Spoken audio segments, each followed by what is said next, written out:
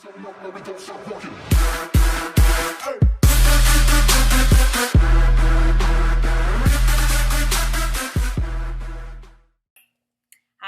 my name is Emily, and I wanted to show you very quickly how I organize my Plexus business in like 2 minutes or less. I have a pink binder because we drink the pink drink. I have my price chart here that I use as a quick reference if I'm kind of working in my desk area. It lists out the products by retail, preferred, and wholesale pricing plus the PV, which I find really helpful. You also have great cards in your product info pack that comes in the new Success Kit that are excellent for that. So keep both those things on hand. When I open up here, here's some of my receipts for travel and things I've done with Plexus. But here's what I've been finding most effective lately. I have a chart that I print off, and I have the order date.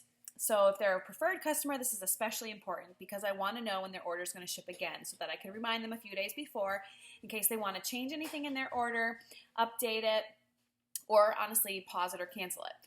And I also indicate the date, I indicate preferred customer or retail, then I have their names, I have their customer number so that if I have to call customer service, all I have to do is open this up and I can tell them the number really quickly over the phone so they can bring up their account. Then I try to touch base once a week. And when I'm touching base, I'm writing myself little notes about what we talked about. And I'll also kind of write if I Facebook message them, if I voice message them, so that I can change up the way that I communicate with people. I also have over here in this column what products they're using so that I can talk intelligently with them about what symptoms they might be experiencing, if it's detox, if it's die-off, give them little hints and tips and things that I've heard along the way. So I make little notes for myself. That's kind of how I do my customers. I also have a list with my ambassadors. For my people who are really working the business, this is helpful. I kind of write what I'm talking about with them in a given week so that I can track how they're doing and know what I need to follow up with them on. Back here further, I have some notes from different events I've been to. Okay, here's an example of something I'll do every once in a while. I'll take like a week, let's say, a solid Plexus post, and I'll look at people who liked my posts. And then I will follow up with those people and say, hey, I saw that you liked this post. You're not using Plexus yet. I'm wondering if you're interested in hearing more about it. So that's kind of something that I'll do if I'm kind of having a slow time or if I don't have a lot of people that are contacting me, reaching out to me, I'll go back and reach out to people based on who like my Facebook posts. I also try to keep track of Plexus expenses so that I can have some tax write-offs. So I keep a list of those in here. That's basically my binder in a nutshell. That's how I do it. Have a great day. Hi everybody, my name is Ashley McDaniel and I am a Senior Gold Ambassador with Plexus Worldwide. 2 things that I do to keep myself organized is good old-fashioned paper and pencil. I've tried different types of technology and I've tried different types of systems, but for me, paper and pencil just seem to always work out the best. 2 things that I want to show you. The first thing is my list. You know, when you start, they tell you to make a list of 100 people that you think could benefit from the products or the business. And I've made that list. In fact, I've made that list probably 5, 6, 7, 8 different times.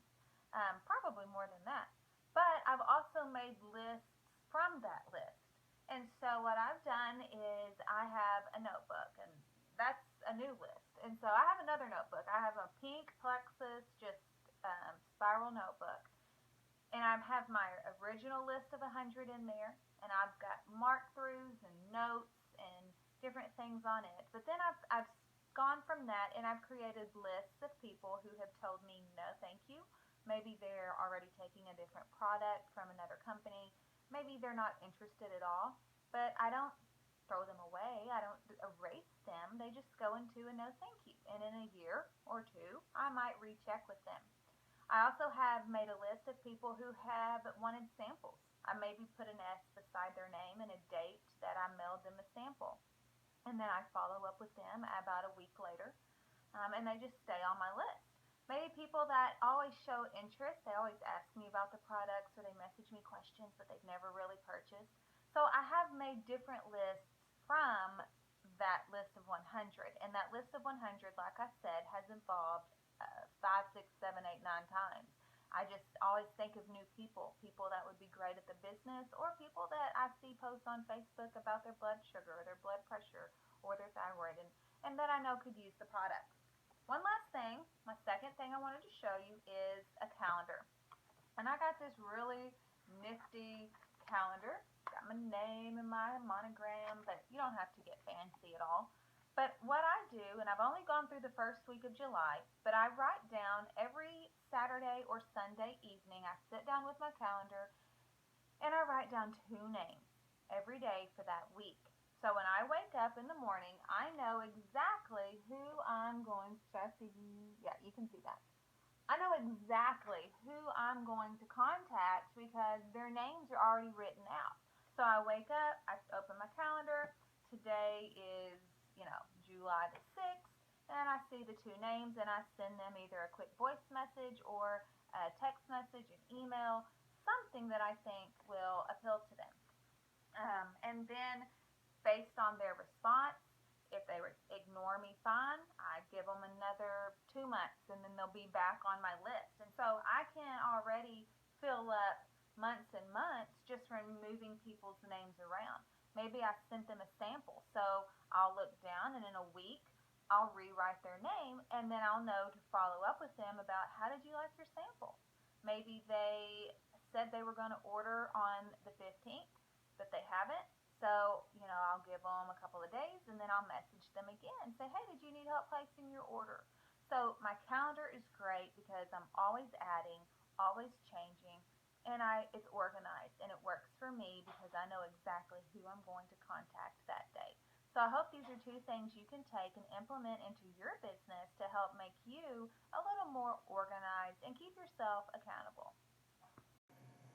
Hi friends, my name is Miriam Astorga. I wanted to share with you something that I do to try to organize myself a little with my friends and family customers. At the beginning, when I started last year, I was doing it by hand on a regular notebook, but now then I realized it would be better for me to have them all the information in one spreadsheet. So even though that I am using an Excel sheet, I'm not using Excel as